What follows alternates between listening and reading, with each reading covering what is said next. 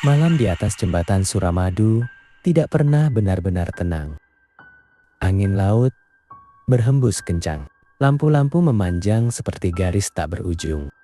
Namun di tengah bentangan jembatan itu ada satu titik yang selalu terasa lebih dingin. Dan orang-orang menyebutnya tempat si manis muncul. Tidak ada yang tahu siapa dia sebenarnya. Yang orang tahu hanya satu. Jika kamu melihat seorang wanita cantik berdiri sendirian di tengah malam, di atas jembatan itu, jangan berhenti. Doni, seorang driver ojek online, mendapat order tengah malam. Tujuannya sederhana, mengantar seseorang dari ujung Surabaya ke arah Madura. Orderan itu sepi. Lokasi penjemputan tepat di tengah jembatan. Ia sempat ragu, namun notifikasi terus berbunyi. Dan tanpa berpikir panjang, ia menerima pukul jam 1:47 dini hari. Doni melaju di atas jembatan. Sepi.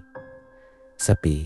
Hanya suara angin dan mesin motor. Saat ia mendekati titik penjemputan, ia melihatnya. Seorang wanita berdiri di pinggir pembatas jembatan, rambut panjang terurai, gaun putih berkibar pelan, tertiup angin laut. Doni berhenti. Pesan ojek, "Mbak." Wanita itu perlahan menoleh. Wajahnya cantik, terlalu cantik, namun pucat. "Iya," jawabnya pelan. Suaranya lembut, tapi dingin. Ia naik ke belakang motor. Tubuhnya ringan, terlalu ringan. "Ke mana, Mbak?" Wanita itu diam sejenak, lalu berbisik pelan di telinga Doni. "Jalan saja, lurus." Motor melaju kembali. Namun semakin lama, Doni merasa ada yang aneh.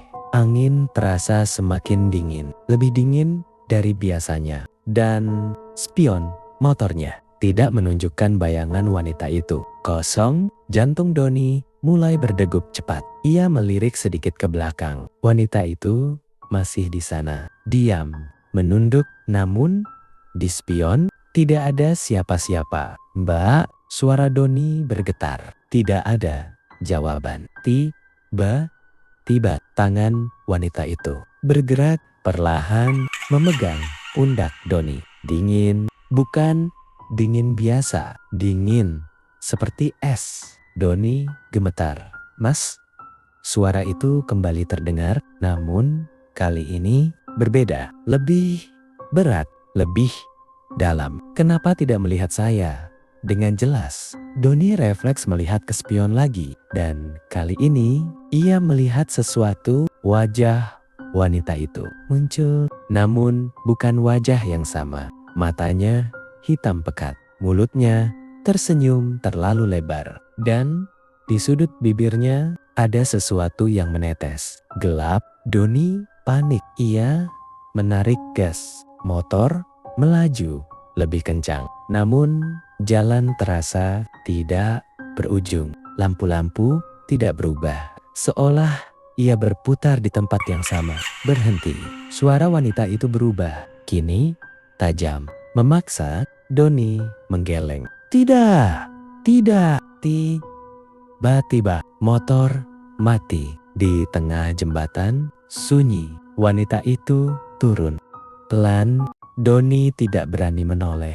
Namun ia bisa merasakan wanita itu berdiri tepat di depannya. "Lihat saya." Suara itu kini tepat di wajahnya. Doni memejamkan mata. "Lihat saya." Dengan gemetar ia membuka mata. Dan apa yang ia lihat menghancurkan akalnya.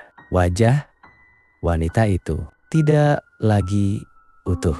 Kulitnya robek, matanya kosong, dan lehernya miring tidak wajar, seperti pernah patah. "Saya jatuh di sini," bisiknya. Tiba-tiba Doni melihat kilasan. Wanita itu berdiri di pembatas jembatan, menangis, lalu melompat. Tubuhnya jatuh ke laut gelap di bawah. Kembali ke kenyataan, wanita itu kini semakin dekat. "Tolong temani saya." Tangannya meraih wajah Doni.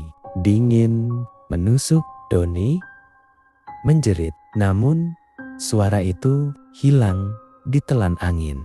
Keesokan harinya, motor Doni ditemukan di tengah jembatan. Mesinnya mati, lampunya masih menyala. Namun Doni tidak ada. Yang tersisa hanya helmnya tergeletak di dekat pembatas dan bekas goresan seperti seseorang diseret menuju pinggir. Sejak malam itu, cerita tentang si manis semakin sering terdengar. Beberapa pengendara mengaku melihat wanita cantik berdiri sendirian. Beberapa mengaku mendengar suara meminta tumpangan dan beberapa tidak pernah kembali. Jadi, jika suatu malam kamu melintas di jembatan Suramadu dan melihat seorang wanita cantik melambaikan tangan di tengah jalan, jangan berhenti karena mungkin itu bukan manusia, tapi sesuatu yang mencari teman untuk jatuh. Sekali lagi, tamat.